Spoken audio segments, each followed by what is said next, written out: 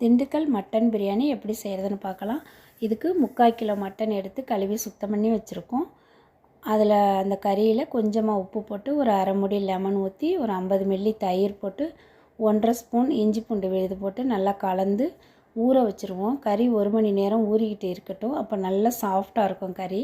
அதனால் இது இப்படி இருக்கட்டும். நம்ம மிக்சியில் பச்சை மிளகாய், சின்ன வெங்காயம், முந்திரி, கொஞ்சம் கொத்தமல்லி, புதினா இதெல்லாம் வச்சு அரைச்சி ஒரு பேஸ்ட்டு ரெடி பண்ணி வச்சுக்குவோம். இப்போ இதை ரெடி பண்ணி வச்சுருக்கோம்.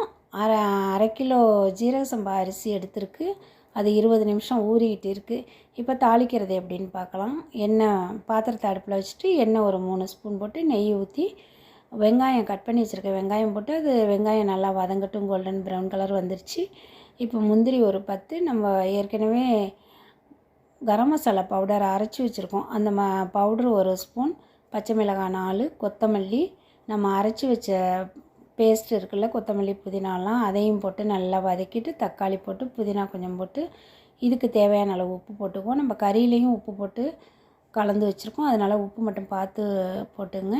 இப்போ தண்ணி ஊற்றி தேவையான அளவு தண்ணி ஊற்றி கறிக்கு வேகிறதுக்கு தேவையான அளவு தண்ணி ஊற்றி குக்கர் மூடி கறியை 5 விசில் வச்சு வேக வச்சு வச்சுக்குவோம். இப்போ கறியை தனியாக தட்டில் எடுத்து வச்சுட்டு அது தண்ணி அளவு பார்க்குறதுக்காக தட்டில் எடுத்து வச்சுருக்கோம். 1க்கு 1.5 சீரக சம்பா அரிசிக்கு தண்ணி ஊற்றிருக்கோம்.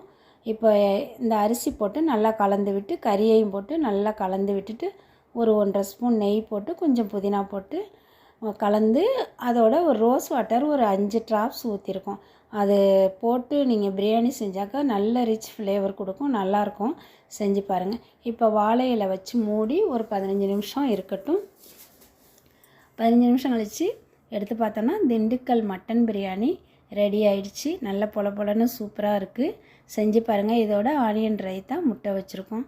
இது பிடிச்சிருந்தா, இந்த ரெசிபி பிடிச்சிருந்தா லைக் பண்ணுங்கள், ஷேர் பண்ணுங்கள்.